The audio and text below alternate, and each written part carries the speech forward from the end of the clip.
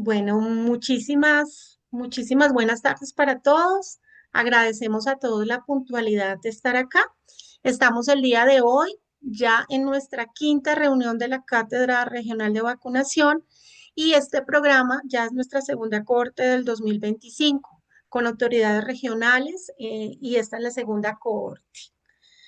Este programa ha tenido las 5 sesiones donde ustedes han podido ver todos los expertos en la materia que nos han acompañado desde el 13 de noviembre cuando iniciamos. Hoy estamos para el 2 de diciembre, hubo en cambio en algunas dos ponencias, pero todas se han cumplido a cabalidad y terminamos esta primera etapa el próximo jueves 4 de diciembre. Tenemos hoy a nuestra gran invitada, tenemos a la doctora María Luisa Ávila Agüero. Ella es exministra de Salud de Costa Rica, especialista en infectología pediátrica y líder en salud pública dedicada al avance de la investigación en enfermedades infecciosas y la mejora de la salud infantil en América Latina. Faith Health Commission ANC, Head of Infectology Department, Hospital Nacional de Niños, Dr. Carlos Sáenz Herrera, President Latin America Society of Pediatric Infectious Disease, SLIPE, de ES Association Profession of Pediatrics de la Universidad de Costa Rica. La doctora María Luisa hoy nos va a hablar de la vacunación en poblaciones vulnerables, evidencia científica y protocolos de alto impacto para América Latina. Damos las gracias a MCD y AGA por el soporte para esta ponencia del día de hoy. Doctora, ya dejo de compartir y puede usted subir su presentación y muchísimas gracias. Con todo gusto. Bueno, en primer lugar, un saludo muy cordial para todas, para todos. Es para mí no solamente un gusto, sino un honor compartir con ustedes. Desde que Migdalia me comentó este proyecto, me pareció que era súper importante y necesario y que en un ambiente como el que estamos hoy podamos reunirnos a hablar de temas que nos son, pues, a todas y todos de tanto interés. Como decía Dina, yo les voy a hablar de vacunación en población vulnerable en nuestra región, en América Latina. ¿Cuál es la evidencia científica que hay? ¿Qué protocolos de alto impacto se han implementado o bien nosotros podamos implementar? Empecemos con esto, ¿verdad? Hay un gran desafío de la vulnerabilidad en nuestra región. Lamentablemente, en las últimas décadas y sobre todo en la última y a raíz de la pandemia, la contracción económica ha sido muy importante y eso ha hecho que de programas vitales como son los de salud se hayan desviado no solamente fondos, sino también personal para atender algunos otros problemas que tienen las comunidades. Sin embargo, como siempre decimos, la salud es un sector de inversión, no es un sector de gasto, y junto a la educación son los dos grandes sectores que siempre se tienen que proteger. Sin embargo, insisto, tenemos que reconocer que nosotros estamos ante un desafío de gran vulnerabilidad. Y eso es por hablar de la parte económica y personal, pero sin duda lo que está pasando en otras regiones del mundo, lo que está pasando en Estados Unidos, donde los movimientos antivacunas ganan fuerza y donde pareciera ser que la ciencia la ven con el rabito del ojo, pues por supuesto que nosotros tenemos que estar muy atentos y trabajar como un bloque para mejorar la salud de la población y sobre todo de las personas de más alta vulnerabilidad. Como anteriormente les decía, tenemos ese desafío de vulnerabilidad y en América Latina, lamentablemente, la vacunación ha caído. En este momento, la Organización Panamericana de la Salud nos dice que hay 14 países rezagados. Imagínense ustedes que no se ha vacunado, aún ahora que estamos en época, llamémosla de endemia del COVID-19, no se ha vacunado el 40% de la población, ni siquiera ha recibido una dosis. Por otro lado, tenemos brechas muy críticas. Esas brechas son entre adultos mayores y grupos vulnerables que deberían de ser prioritarios.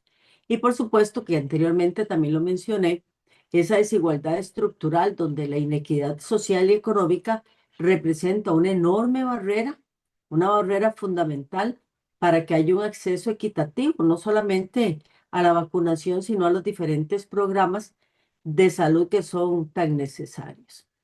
¿Y por qué decimos esto? Porque bueno, y ustedes mejor que nadie lo saben, la desigualdad mata.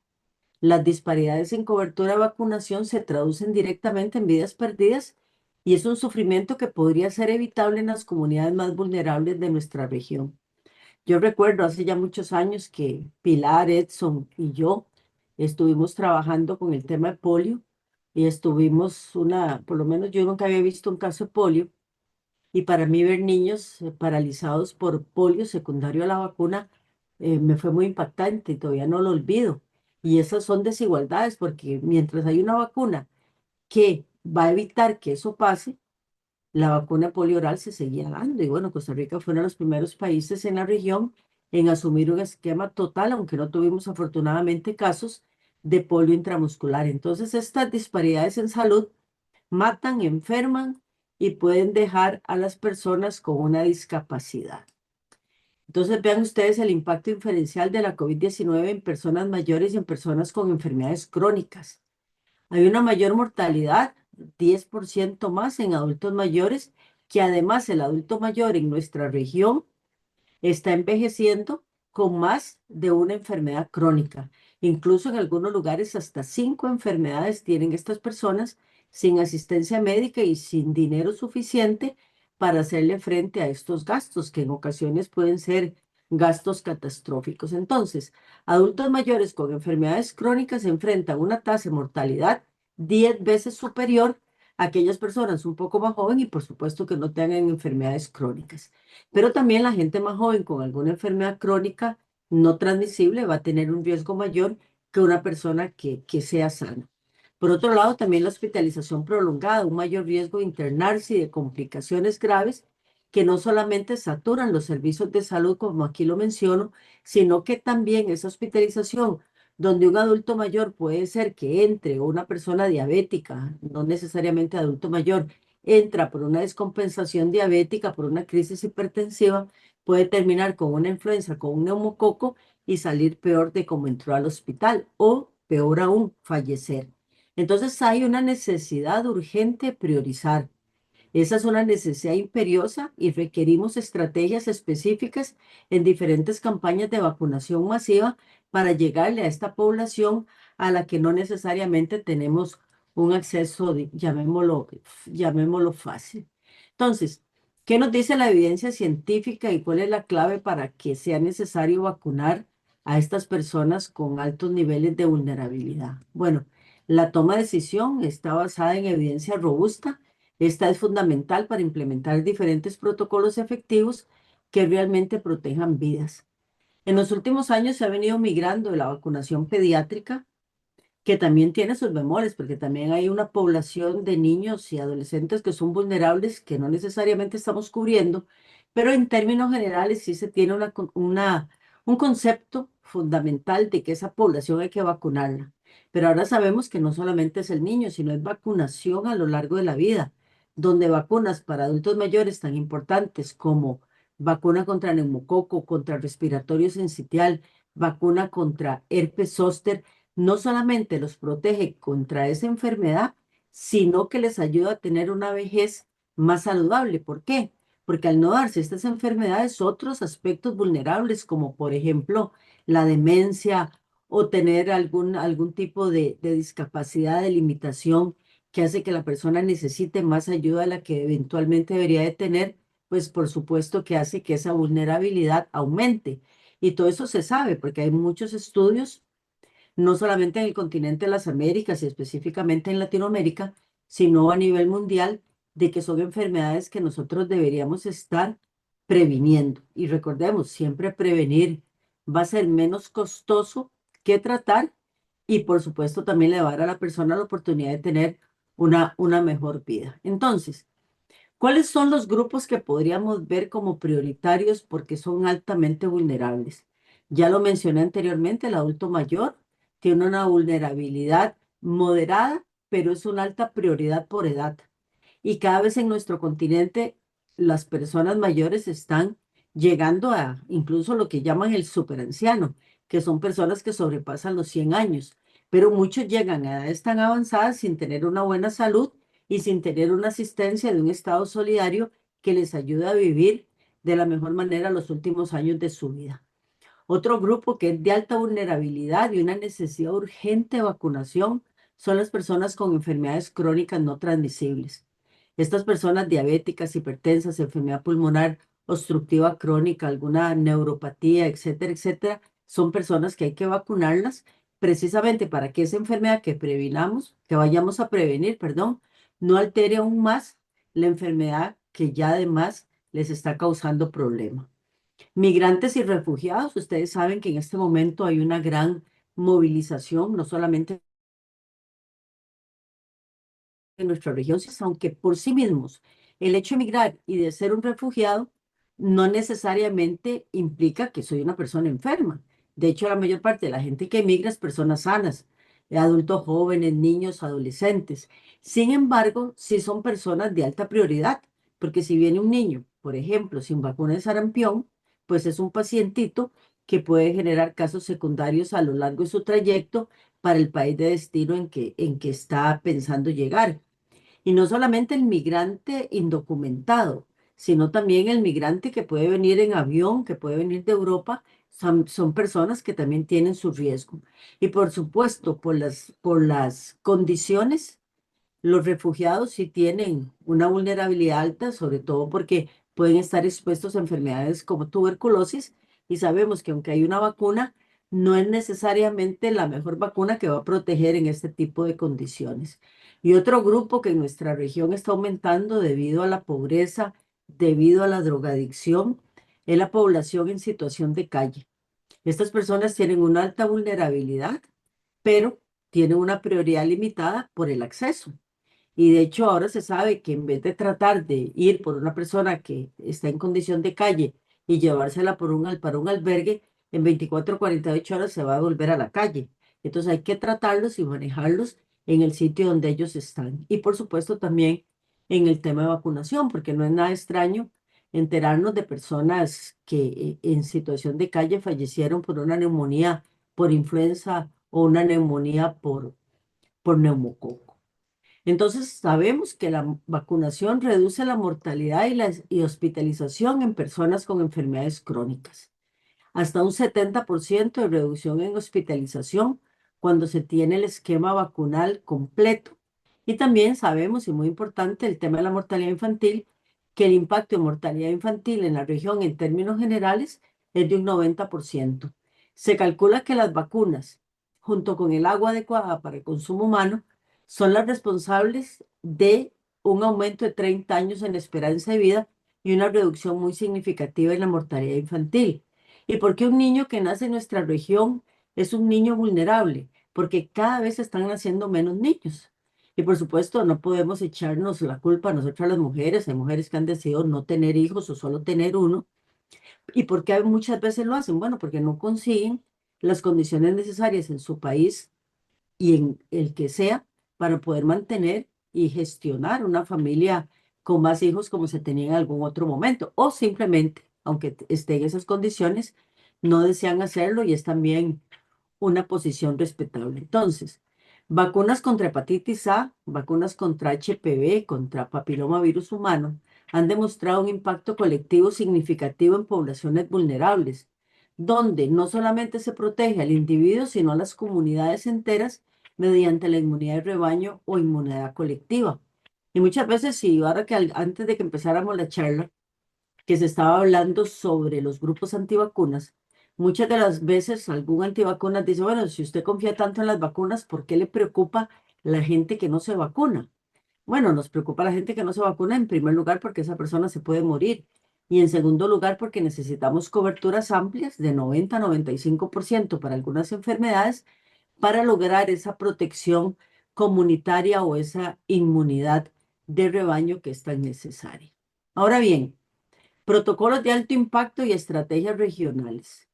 ¿Cuáles son las experiencias exitosas en nuestra región que han demostrado que la aplicación de estos protocolos que sean bien diseñados y ejecutados pueden transformar realidades sanitarias? Y ejemplos, hay muchos. Empecemos con influenza. Las campañas de inmunización que se realizan todos los años en estación respiratoria busca proteger a las personas que tienen mayor riesgo, por ejemplo, los niños menores de 8 años, las personas ubicadas entre los 8 y la etapa de adulta que tengan una enfermedad crónica, incluyendo asmáticos, y los adultos mayores que por su misma patología de fondo podrían necesitar, o siempre, aunque estén sanos, pueden necesitar una vacuna de influenza porque muchas veces se sabe que el adulto de 65, 70, 75 años entra al hospital por un cuadro respiratorio y termina con un infarto. Entonces, si evitamos que entre a ese hospital, pues esa persona va a tener mayores posibilidades de sobrevivir. Entonces, el resumen, el porqué de la vacunación en la población con enfermedades crónicas no transmisibles. La respuesta clásica, porque las vacunas mejoran la calidad de vida. ¿Qué vacunas? Bueno, vacunación reduce mortalidad. ¿Qué vacunas? Influenza, menos hospitalizaciones por neumonía, neumococo, reduce la incidencia también de neumonía. Y ahora se sabe que usualmente puede estar el neumococo, pero puede haber un virus influenza que complica o viceversa. Posiblemente ustedes recordarán la gran pandemia de 1919, la llamada pandemia española o influenza española. Años después se dieron cuenta que la gente no solamente se había muerto por el virus de la influenza, que para esa época todavía no se conocía, sino que muchos habían muerto por neumococo. COVID-19 se sabe, y esta es una vacuna súper criticada lamentablemente, que la vacunación previene la enfermedad grave y también previene la mortalidad.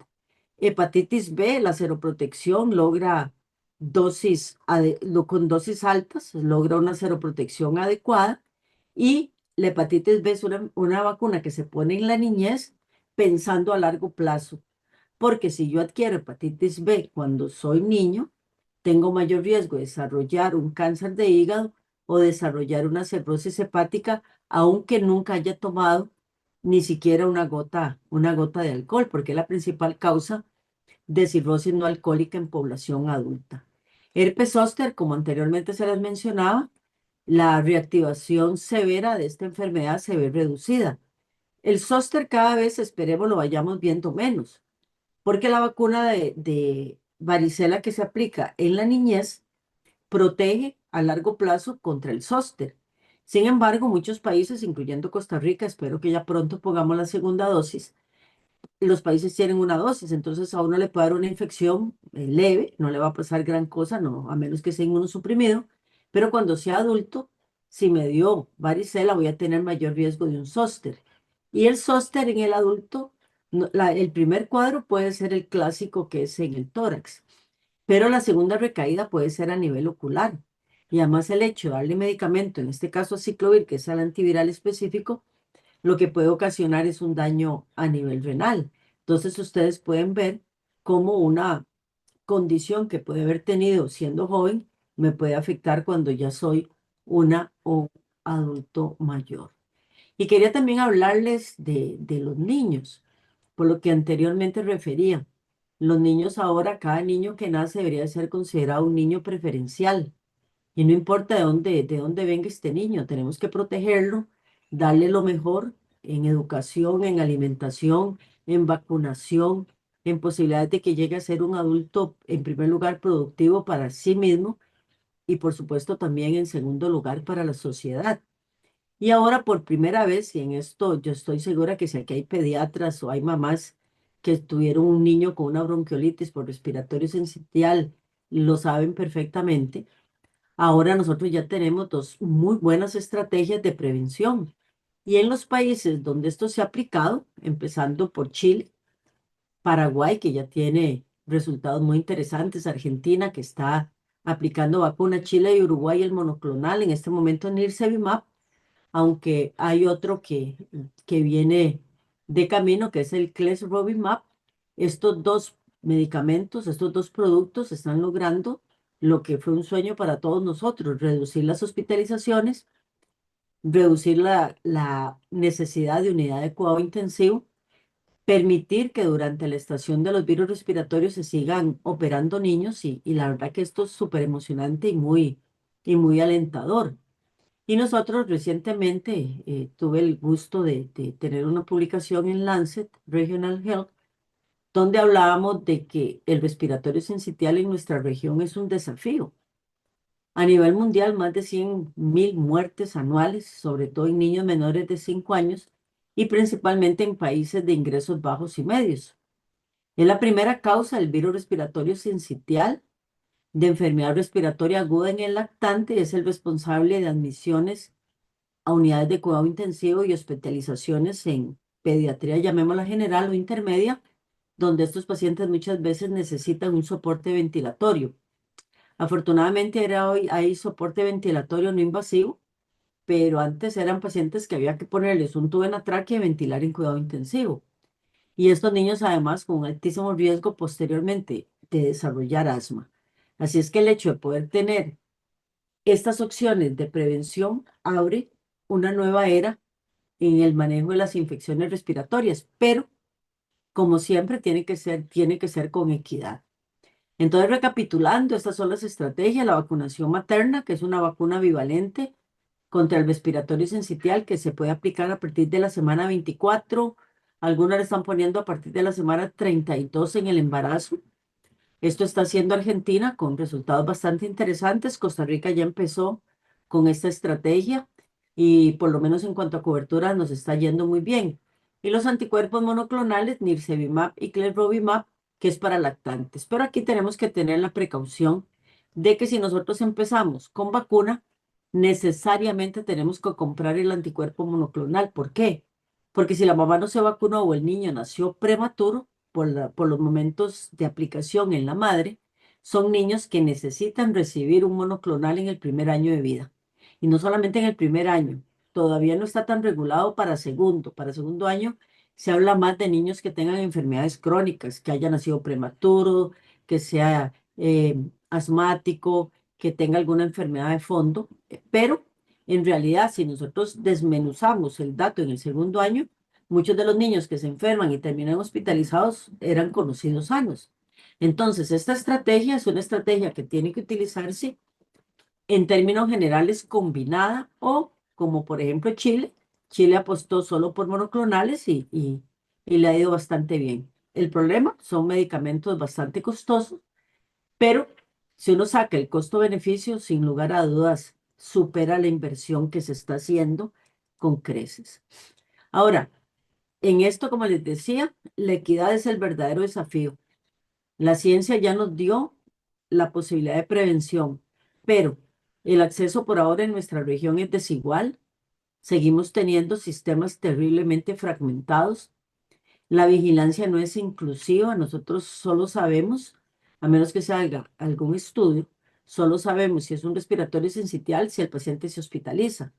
Y se sabe que por cada niño que muere hospitalizado por respiratorio sincitial en la comunidad, se murieron 3 o 4 más. Entonces, esa vigilancia no solamente es el agente causal, sino el desenlace que pasa con estos niños. Entonces, recordemos que la equidad en salud no es solo la distribución justa de intervenciones, es garantizar que la supervivencia infantil no dependa del lugar de nacimiento o el estatus socioeconómico. Todos los niños son iguales independientemente de dónde nacen o independientemente de qué tanto dinero tienen sus papás para proporcionarle la mejor calidad de prestación de servicios de salud de su país. ¿Qué protocolos? Que eso también lo íbamos a hablar. ¿Qué protocolos está haciendo o ha tenido OPS desde ya hace bastantes años para poblaciones vulnerables? Empecemos con la identificación y registro. Los sistemas nominales de grupo de riesgo con actualización continua para no dejar a nadie sin protección son absolutamente necesarios. Ya las tablitas Excel donde llevamos el nombre del paciente, ya eso no funciona. Nosotros necesitamos registro nominal, necesitamos, y Costa Rica es un buen ejemplo de eso, con el expediente único digital de salud, donde nosotros en nuestros teléfonos celulares tengamos nuestro expediente y sepamos si yo voy a Perú, por decir algo, y empiezo con gripe, puedo entrar a mi EDUS y decirle al médico, vean, yo estoy vacunada contra influenza, estoy vacunada contra neumococo, estoy vacunada contra respiratorio sincitial. Y esos también se necesita. O si voy a otro país y me vacuno, que me puedan poner en mi registro esa vacuna que me aplicaron. La coordinación intersectorial, que lo ha venido haciendo la OPS, la integración de salud, de protección social, líderes comunitarios. Por eso me alegra cuando Migdalia me dijo que aquí había mucha gente de liderazgo comunitario, porque los líderes comunales no son una simple parte de una ecuación, son una parte muy, muy importante para el abordaje integral. Y la capacitación específica, lo que ustedes están haciendo ahora. Formación especializada, bueno, no solo para trabajadores de la salud, y también en el manejo de las clínicas de comorbilidades. Eso lo hace OPS, pero eso también tenemos que llevarlo a un paso más adelante, donde todo el mundo tenga una capacitación en estos temas para que le pueda hacer frente al trabajo de liderazgo y también a las preguntas que las personas les pueden estar haciendo. Hace algunos años, ya impresionante, 12 años, que con el doctor José Brea y la doctora Luis Elena Faleiros escribimos un artículo que se llamaba Vacunas sin Fronteras para América Latina. Y el concepto era ese: usted puede nacer en Costa Rica, Chile, Canadá, Perú, que debería tener la misma cantidad de vacunas porque tienen los mismos riesgos. Entonces no podemos tener ciudadanos de segunda clase cuando de prevención y promoción de la salud se trata, porque ya el mundo es bastante complicado y desigual como para también con armas que salvan vidas, no que las destruyen, tengamos una división tan, a veces tan tajante. Desde el 2013 a la fecha, yo sí siento que muchos de los países de la región han avanzado enormemente. Muchos países tienen ahora esquemas de inmunización maravillosos. ¿Qué les falta? Cobertura y llegarle a poblaciones vulnerables que a veces no son de fácil acceso.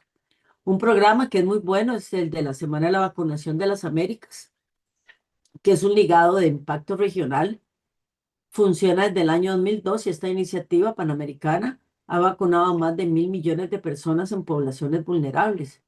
Es una estrategia inclusiva que incluye personas indígenas, migrantes y gente que vive en zonas remotas. La respuesta puede ser rápida, sobre todo cuando hay brotes de sarampión, aunque posiblemente ustedes saben que ya la región perdió la certificación de sarampión porque hemos tenido circulación sostenida en los últimos 12 meses. Pero también entre lo bueno que tiene la Semana de Vacunación de las Américas es la coordinación regional, donde hay una cooperación transfronteriza que la mayor parte de las veces es muy efectiva. Y esto obviamente hay que criticar para mejorar, pero más que criticar hay que tratar de que este sea un programa que cada vez se fortalezca más.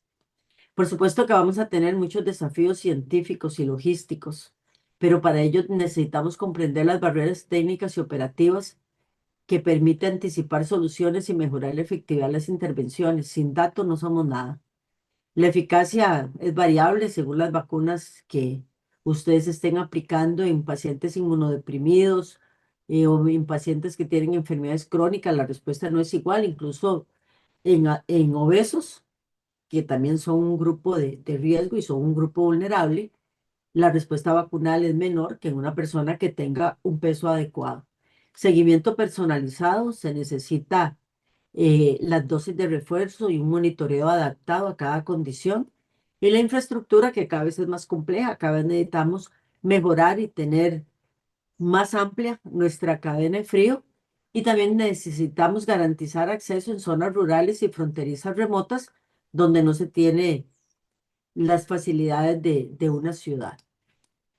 Yo hice este resumencito y le puse a esta muchacha tratando de escalar esa pared porque en realidad es un desafío y las barreras son importantes y el desafío es crítico. Es como una carrera de obstáculos o tratar de subir en una pared solamente agarrándose de las manos y los pies.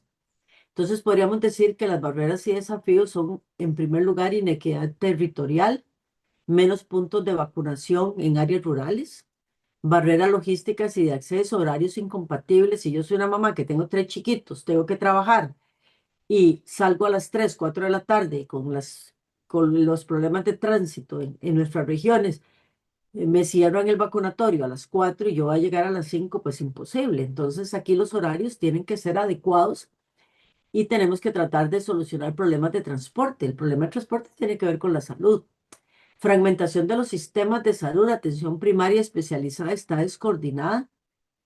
Hemos dejado de lado ese concepto de hace muchos años del médico tratante, también del técnico de atención primaria en salud, que en Costa Rica se conoce como ATAP, que es el que se conoce a todo el barrio. Ese conocimiento, esa atención primaria es una barrera, pero también es un desafío. Financiamiento y sostenibilidad. La inclusión de vacunas es lenta, ahora es menos lenta. Pero vean ustedes que si el 40% de la población no recibió ni una dosis de vacunas contra la COVID-19 en medio de una pandemia, ¿qué pasa con el resto de las vacunas? Y un punto muy importante, la desinformación y la falta de conciencia. Las vacunas son solo para niños, dice mucha gente. Y eso es una desinformación, eso es un mito. Nunca sé lo suficientemente viejo como para no beneficiarse de una vacuna. Así es que las vacunas tienen a lo largo de la vida sus diferentes momentos de aplicación. Por otro lado, la solidaridad panamericana en acción, cada vacuna aplicada en comunidades remotas es un acto de justicia social y un paso hacia la salud universal. Y la región de Latinoamérica ha mostrado esa solidaridad. Nosotros nos unen más cosas que las que nos separan. Y hay una anécdota muy linda de los años 80 cuando en Centroamérica había las famosas guerrillas de Centroamérica, donde tanta gente murió, pero cuando se hizo una semana de vacunación para contrarrestar el avance de la polio en la región, los guerrilleros del Salvador pararon su escaramuza por 3 días para permitir que vacunadores entraran a la selva a vacunar a niños.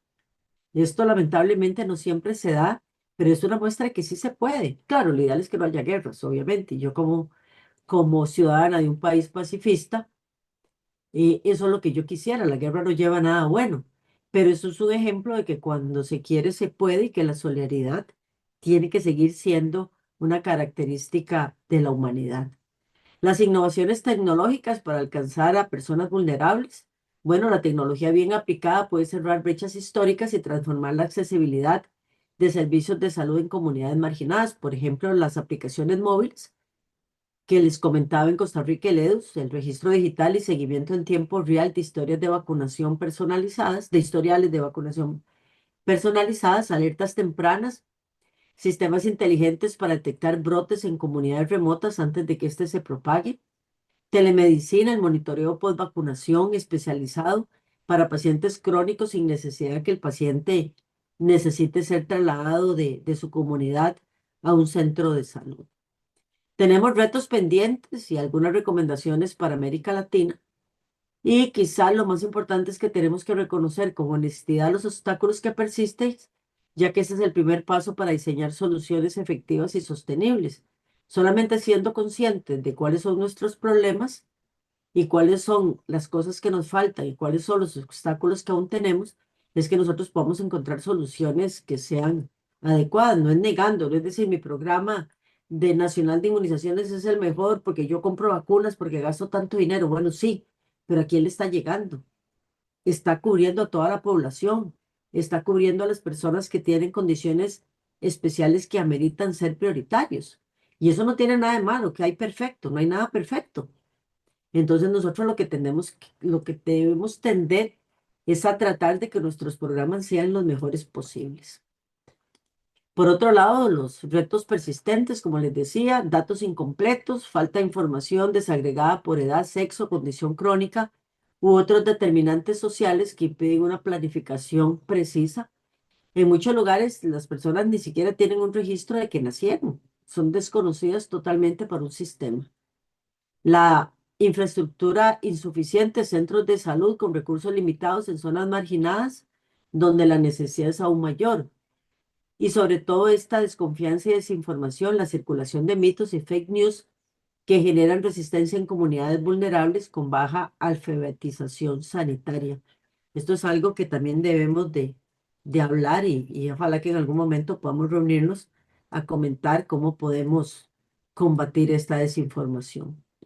¿Qué recomendaciones clave podríamos mencionar?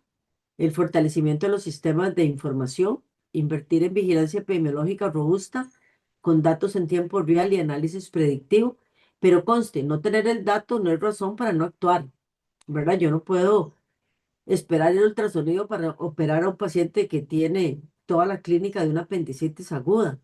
Yo no puedo esperar el TAC para hacerle un liqueocefalorraquídeo a un paciente que tiene toda la clínica de meningitis bacteriana. Tampoco puedo no dejar de hacer algo cuando sé que en mi comunidad hay, por ejemplo, un brote de tosferina o que en mi comunidad hay un brote de sarampión. No necesito tener el dato exacto para saber que hay un problema. Y tenemos que actuar en tiempo real y obviamente pues hacer un buen análisis. Tampoco es pues actuar sin el dato, pero no vamos a tener nunca el mejor dato. Campañas culturalmente adaptadas, priorizar mensajes focalizados que respeten cosmovisiones y tradiciones locales. El mensaje no puede ser nunca el mismo, ni siquiera a veces dentro de un país y dentro de una misma comunidad. La gente es muy diversa, la gente es muy diferente y también nosotros requerimos conocer esa diversidad para poder actuar. Debemos de garantizar el acceso universal, limitar esas barreras económicas, geográficas y administrativas que tienen los pacientes con enfermedades crónicas y los adultos mayores y también los niños que nacen en condición de vulnerabilidad. Y eso tiene que ser una realidad, pero esa realidad se va a volver tangible cuando se entienda y se interiorice que la salud, que el sector salud es un sector de inversión, no es un sector de gasto, y que quien recorte en salud está recortando en la vida de las personas. Como les decía, yo soy una fiel convencida del importante papel de la sociedad civil y de las comunidades. De hecho, una de las funciones rectoras es esta, involucrar que las personas se conviertan en los que dicen cuál es el problema que tenemos y cómo queremos que nosotros les ayudemos a resolverlo. Entonces, las comunidades no son receptores pasivos de servicios, sino agentes activos de cambio con un conocimiento invaluable del territorio. Por lo tanto, nuestros programas tienen que tener un diseño participativo, inclusión activa en planificación y difusión de campañas, liderazgo local, la capacitación de referentes comunitarios como promotores de salud. Maravilloso, esa gente entra en todo lado. Y era lo que a veces hacía uno antes de que la sociedad se volviera tan desconfiada. Yo recuerdo en mi servicio social, yo entraba a la casa de alguien a tomarle la presión y me quedaba almorzando con esa gente. Los conocía, sabía quién eran, sabía la historia que tenían. Y era muy bonito porque era una relación muy personal y entonces identificaba a un señor, a una señora que eran unos líderes natos y que podían ayudar a que la próxima consulta, que nuestra unidad móvil volviera, identificara cuáles eran las personas que se habían quedado sin una atención para que fueran los primeros que viéramos. Y claro, les estoy hablando de hace muchos años y es un tema que yo recuerdo con mucho cariño porque el trabajo en la comunidad, la verdad que es muy bonito. También necesitamos ejemplos inspiradores, experiencias exitosas, por ejemplo, en comunidades indígenas y en poblaciones migrantes que nosotros podamos replicar. Con migrantes es todo un tema. Ahora ustedes saben que por las políticas del señor Trump, el paso por el tapón de Darién se redujo significativamente, pero en algún momento con la Sociedad Latinoamericana de Infectología Pediátrica, con Roberto de Bac, con Claudia Beltrán y con mucha gente que está interesada en eso, nuestra sociedad estaba impulsando que se les diera lo que se llamaba el kit de la dignidad, donde se les daba desde cepillo de dientes hasta condones o una dosis de contracepción de emergencia o un tratamiento para prevención de VIH. Se pueden hacer tantas cosas, son complicadas de hacer, pero se pueden hacer y son pensamientos a los que tenemos que darle un mayor seguimiento. Entonces, la comunidad tiene que ser el motor de cambio. Cuando las comunidades se empoderan y participan activamente, los programas de salud se transforman en movimientos sociales imparables. Y bueno, aquí estamos hablando de salud, pero también en otros temas. Pero sobre todo en salud, esos movimientos son absolutamente necesarios. Como conclusión, debemos vacunar a los vulnerables, ya que eso es vacunar a América Latina, porque todos tenemos algún grado de vulnerabilidad. La equidad que salva vidas, una vacunación equitativa no solo protege individuos, sino que reduce las profundas desigualdades estructurales de nuestra región. Tenemos una evidencia que guía, la ciencia respalda protocolos específicos para personas con enfermedades crónicas y adultos mayores con resultados probados y la cooperación que transforma. La innovación tecnológica y la colaboración regional son claves insustituibles para el éxito sostenible. Entonces tenemos tres conceptos: salvar vidas, tener guías y transformar. Creo que eso es parte de lo que nosotros debemos de hacer. ¿Y cuál debería ser el camino a seguir? Más investigación, se necesitan más datos sobre seguridad e inmunogenicidad en población vulnerable, mejorar el acceso a las barreras que anteriormente les mencionaba, para que haya una mayor aceptación de las vacunas, educación y recomendaciones médicas, y vacunas personalizadas, desarrollo de estrategias adaptadas a las necesidades específicas de cada población, y eso pues es parte de lo que se ha venido investigando. Incluso les comento, con influenza se sabe que los adultos mayores necesitan el doble de la dosis que puede necesitar una persona de menor edad, y eso es una vacuna personalizada. Y muy posiblemente con neumococo nosotros usemos una vacuna para la población pediátrica, otra para los adultos jóvenes y quizás otra para el adulto mayor. Entonces ya ahora no es que metí en mi esquema de vacunación esta vacuna y con esta me casé hasta el fin de mis días. No, hay que ir haciendo algunos cambios y algunos ajustes que son absolutamente necesarios. ¿Cuál debería ser nuestro llamado a la acción? Que hay que invertir con visión de largo plazo. Programas inclusivos y sostenibles de vacunación que trasciendan gobiernos y coyunturas políticas.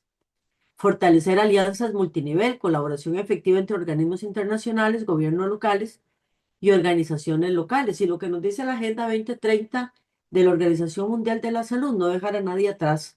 Y no dejar a nadie atrás es proteger a los más vulnerables, ya que no solamente es un imperativo ético, sino que significa proteger la salud de toda la sociedad. Y el diálogo para construir juntos un futuro más saludable. La transformación de nuestros sistemas de salud requiere el compromiso y la creatividad de todos. Su voz y experiencia son fundamentales para este camino compartido. A veces los médicos hablamos mucho y son a los que más nos invitan a dar charlas y somos parte de esa voz, pero la voz más importante es la voz de la persona que siente dónde tiene el problema. Y nosotros los médicos, el personal de salud, estamos para escuchar y para tratar de buscarle una solución. Así es que todas las voces son importantes, todas las voces suman y todas las voces necesitan ser escuchadas. Muchísimas gracias, les dejo mis contactos por cualquier cosa y por supuesto reitero mi agradecimiento por la invitación y mi enorme complacencia de estar con ustedes y que ahora sigamos compartiendo. Muchísimas gracias para todos y para todas. Excelente presentación, doctora María. Yo creo que algunas de las preguntas que ya nos habían llegado previamente por chat, creo que se resolvieron a lo largo que usted fue presentándolo porque está muy completa. De todas maneras, vamos a mirar qué otra pregunta nos queda. Tenemos en el chat algunos comentarios, como le contaba, se han unido de Perú, México, tenemos de Brasil, tenemos de Argentina, Chile, Colombia. Tenemos Guatemala, Costa Rica, Panamá, tenemos Salvador, tenemos Venezuela. Bueno, acá están representantes líderes de casi todos los pacientes de todos los países que diariamente deben de enfrentarse a la situación que rodea la vacunación. Unos, la desinformación y otros también guiar en la necesidad de recibir las vacunas justamente por tener enfermedades no transmisibles. Acá nos dice Lady Maritza que la saluda desde Costa Rica, desde la Asociación de Hipertensión Pulmonar. Ana Fernández hace un comentario muy importante donde dice, niños con esquema atrasado, debido a la pandemia, a la crisis hospitalaria, hay una gran brecha en vacunas de rutina, polio, sarampión, difteria, que no se cubrió a tiempo. Adultos mayores en soledad, muchos ancianos, cuyos hijos migraron y no tienen quien les asista tecnológicamente para recibir las convocatorias digitales. Es la preocupación en Venezuela, nos cuenta ella. Nos dice Alexandra, excelente disertación, doctora. Cada punto tratado es de valor insuperable, realmente agradecido por su ponencia. En mi país, la mayoría de las vacunas mencionadas por usted no están disponibles en el país. Solo pueden acceder a ellas en el medio privado con costos elevados. Dice que felicita grandemente a los países que han acogido a los migrantes de su país porque les han actualizado su esquema de vacunación apenas llegan. Es mi experiencia personal, ya que mantengo contacto de muchas familias que han migrado a Brasil, Chile y Argentina. Agradecen y agradecen. Doctora, hay dos preguntas que normalmente hacen a nuestros ponentes porque a los asistentes al curso les gustaría escuchar las diferentes perspectivas. Uno, es cómo hacer desde la sociedad civil para que el PAI se actualice de manera temprana y no esté desactualizado. ¿Qué les podría sugerir a los líderes que nos acompañan? Sí, esa es una excelente pregunta. Y como anteriormente les decía en Costa Rica, y bueno, un saludo a mis compatriotas que están conectadas, una vez que les decía es dentro de las funciones rectoras es el derecho a no ser excluido. Entonces, todas las personas, miembros de alguna organización, tienen derecho a ser escuchadas por sus autoridades, en este caso autoridades de salud. ¿Cuál es la recomendación más importante? Que se unan, que tengan sociedades, que sean personas que puedan llevar y decir, bueno, mire, la sociedad de personas con X enfermedad, queremos hablar con el ministro o ministra de salud, queremos que nos cuente, porque bueno, las actas de Costa Rica del Programa Nacional de Inmunizaciones son abiertas. Entonces, digamos, nos se reúnen hoy y la otra semana tienen que estar disponibles en la página del ministerio para que la gente sepa qué se discutió y también qué es lo que se está investigando. Entonces yo pienso que lo más importante es esa, unirse, establecer lazos también latinoamericanos. Bueno, aquí Pilar Collantes y Edson, que yo los conozco ya, Edson Aguilar, los conozco desde hace muchísimos años, son dos personas muy admirables que a través de Voces Ciudadanas han venido haciendo un trabajo muy bueno. Bueno, ellos tienen una enorme experiencia y podrían ayudarles a otros grupos a atravesar ese largo camino, porque yo sé que para ellos tampoco ha sido fácil, pero ya ellos tienen un conocimiento que puede ayudar a los que están tratando de hacer algo similar. Entonces, eso sería para mí lo más importante, eso, defiendan su derecho a no ser excluidos. Eso es una función de rectoría de un Ministerio de Salud que se enfoque en salud, no solamente en tratar enfermos. Excelente. Bueno, hay un comentario súper importante que viene de un país a otro y lo está haciendo Romina y lo está haciendo también la doctora Campos, y es de que en la Argentina van a quitar la obligatoriedad de muchas vacunas. Entonces, esto va a quedar al libre albedrío. ¿Qué opina la doctora María al respecto? Sí, ese es un tema muy interesante también. En Costa Rica, la General de Salud, la ley de vacuna y la ley de protección de la niñez y la adolescencia establece que las vacunas que el Ministerio de Salud considere prioritarias son de aplicación obligatoria. Sobre todo se refiere a momentos de crisis, etcétera, etcétera. Yo creo que a través de la educación la gente tiene que entender que la vacuna es un derecho, que si renuncian a vacunarse están renunciando al derecho de protegerse la salud. Y ese es el mensaje que nosotros les tenemos que llevar. Yo creo que independientemente que una vacuna sea o no sea obligatoria, una persona bien educada en salud se la va a aplicar, la va a pedir, va a decir, yo quiero la vacuna. Y aquí en Costa Rica hemos tenido experiencias muy bonitas. Cuando yo era ministra, algunas personas pusieron recursos de amparo porque no estaba disponible la vacuna contra el neumococo. Y bueno, nosotros fuimos uno de los primeros países en poner vacuna contra el neumococo. Y también fue muy bonito cuando hicimos una estrategia vacunal, se llamaba Estrategia Capullo, que era vacunar a la embarazada en el posparto inmediato para proteger a su niño contra la tosferina. También podían vacunarse los hombres, pero al principio ellos creyeron que no, entonces estaban muy molestos, querían también vacunarse. Y cuando hicimos la campaña, esa es mucho más vieja, fue en los años 2000 que toda Latinoamérica la hizo, la campaña de prevención de eliminación de rubiola y síndrome de rubiola congénita, la gente se aseguró los hombres no se van a querer vacunar porque a ellos no les afecta. ¿Y qué va? Tuvimos muy buenas coberturas en varones. Entonces yo creo que el punto no es si la vacuna es o no es obligatoria, es la conciencia que tiene la persona de la importancia que tiene vacunarse y que es su derecho. Sí, y allí también es donde las campañas educativas también hacen esa reacción en la población, y es porque ya saben de qué se les está hablando. Finalmente no se necesitaría obligarlos si ya conocen del tema, del por qué y el para qué. Bueno, le vamos a dar el micrófono a Nancy Elena Rivas, que tiene la mano levantada.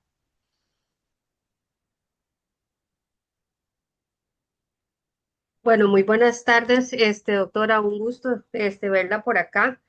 Nosotros pertenecemos a la Asociación Costarricense de Hipertensión Pulmonar y Enfermedades Respiratorias, y nosotros lo que estábamos muy preocupados fue el año pasado con la que hubo muchas muertes a nivel pediátrico por virus respiratorios, que incluso se les pedía a las madres que no acudieran al hospital, o sea, porque ya estaba saturado el sistema. Entonces, nosotros tratamos de ver cómo podíamos ayudar en ese entonces, pero las puertas en el hospital de niños para una organización de pacientes, pues ha sido difícil abrirlas, principalmente porque nosotros lo que queremos es enfatizar el programa de vacunación, de que la gente acuda a vacunarse tanto en las poblaciones vulnerables con enfermedades respiratorias como pediátricas.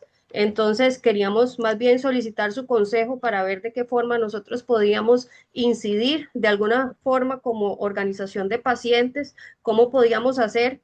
Ya usted nos dio una idea ahora con lo que Eh, Tiene su micrófono cerrado. llevo como una hora de hablar. No, quedamos en lo que usted decía que como que ya le había una idea de qué podía hacer y ahí se cerró el micrófono. Sí, con respecto a Costa Rica principalmente, porque la idea de Romina, pues la podemos aplicar, pero especialmente como usted tiene conocimiento del caso de Costa Rica, ¿cómo podríamos hacer nosotros como organización de pacientes para tratar de ayudar a esa población? Sí, le cuento, el hospital de niños sí vacuna, pero solamente a la población hospitalizada, porque precisamente pues nosotros atendemos a una población de niño enfermo, no tanto niño sano. Entonces, el primer paso es la Comisión Nacional de Inmunización. Ahí el que está a cargo, el secretario de la comisión, es el doctor Roberto Arroba. Él le pueden dirigir un oficio diciéndole que ustedes quieren reunirse con él para ver ese y algunos otros temas. Le cuento que con respecto a la vacuna, con respecto a respiratorio sincitial, el país sí está vacunando a las embarazadas a partir de la semana 32 y el doctor Elvis Delgado me comentó que la cobertura estaba cercana al 84%, lo cual está bastante bien. De hecho, ahora de los casos respiratorios que tenemos es más rinovirus que respiratorio sincitial. Pero también me comentaron que se va a comprar y ya se estaba haciendo el trámite para tener el Nirsevimab, que es el que prevendría, si el niño nació prematuro o si la mamá no se vacunó, el que se pondría y probablemente pondríamos en segundo año. Y también se reforzó el uso de Palivizumab, se estaba vacunando muy pocos y ahora a raíz de todo este deseo de control se aumentó la población de niños, sobre todo oxígeno dependiente, lo que nacieron prematuros, que se les está poniendo palivizumab y al parecer con muy buena recepción de parte de los padres. El problema que tiene es que los niños, por ejemplo, de Limón o de Punta Arenas, tienen que venir al hospital de niños a vacunarse y un poco la idea es descentralizar para que la gente no tenga el problema del transporte. Pero digamos que con respiratorio sincitial vamos bastante bien, se está discutiendo también qué vacuna de neumococo se cambia, se está discutiendo la segunda dosis de varicela que posiblemente se vaya a probar, se está discutiendo introducir hepatitis A, pasarse a 9 valente de papilomavirus humano y también para adultos mayores la vacuna de neumococo, pero también como usted muy bien lo decía y lo comentamos acá, queda un grueso de población en el medio que también tiene que tener una respuesta. Sí. Doctora, acá nos llegó otra pregunta interesante. Dice, ¿cómo se logra que los ministerios de salud actualicen protocolos basados en ciencia y no en restricciones financieras? Sí, eso sí está bien difícil, porque uno de los problemas que yo le veo a la mayor parte de los ministerios de salud es que el ministro de Salud tiene que preocuparse también por medicamentos, por camas hospitalarias, por un montón de cosas. Costa Rica no es que el ministro no se preocupe de eso, pero Costa Rica es un país que a través de la reforma del sector salud se dividió. Entonces tenemos un ministerio rector que se encarga de determinantes sociales de la salud, pero también de financiamiento, y la Caja Costarricense del Seguro Social, que es el prestador de servicios. Entonces el ministerio, por así decirlo, ordena y le dice, vea, usted necesitamos poner la vacuna. Nosotros cuando yo fui ministra del 2006 al 2011 introdujimos muchas vacunas. Y yo siempre les cuento una anécdota porque en realidad es divertida. Cuando yo me reuní con el viceministro de Hacienda para que me diera el dinero para el programa de inmunizaciones, el ministro de Hacienda me dijo, mira, si vos me decís de dónde saco el dinero, te lo doy. Entonces yo le dije, bueno, es que si yo supiera dónde sacar el dinero, sería la ministra de Hacienda, no la de Salud. Entonces, claro, esa es por ahí. O sea, y bueno, y hace poco de una charla de gobernanza que la voy a dar ahora en parte para una cuestión que hay en Perú el próximo viernes Pero también está el tema de la gobernanza del ministro. El ministro de Salud o ministra tiene que abogar por los recursos.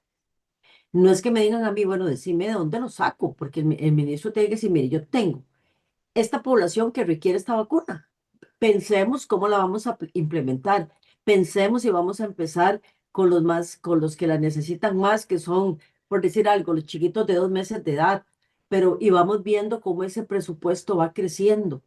Pero el problema es ese, que a veces se tienen que ver que el medicamento para esto, que la cama, que esto. Entonces es como la necesidad de reformas donde las funciones del ministerio queden definidas y no se traslapen.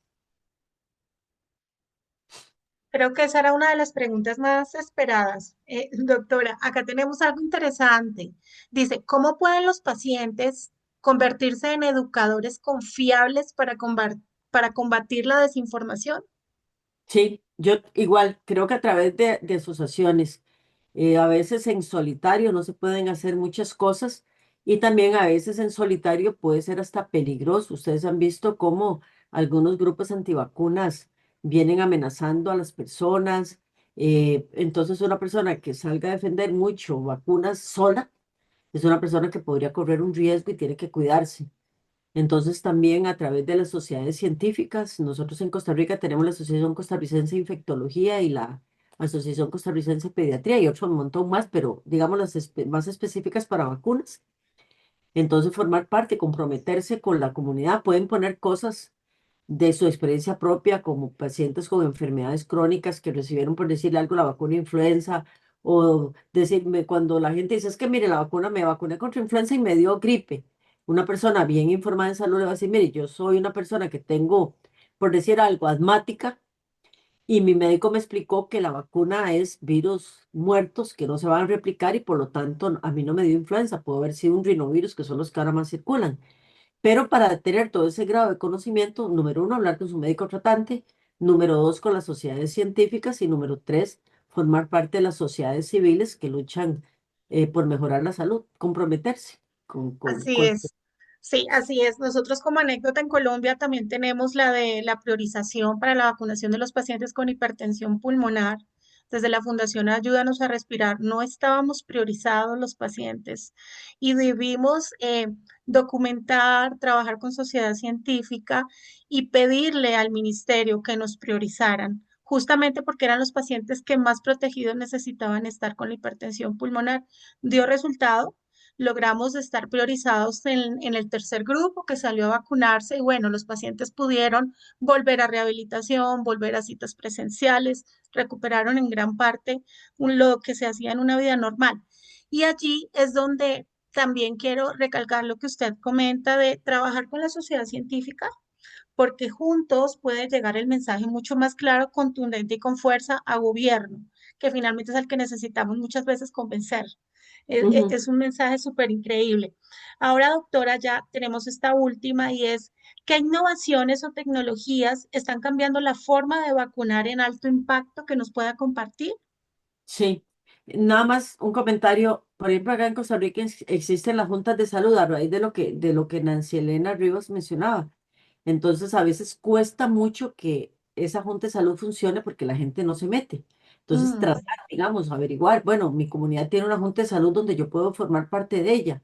Esas juntas de salud llevan el mensaje a los ministerios. Yo creo que también esa es otra cosa que es Sí, importante mencionar. yo inicio, doctora, yo inicio funciones a partir de enero. Ya nos están dando la inducción para la Junta de Salud aquí en Andayure, que es donde yo, el cantón.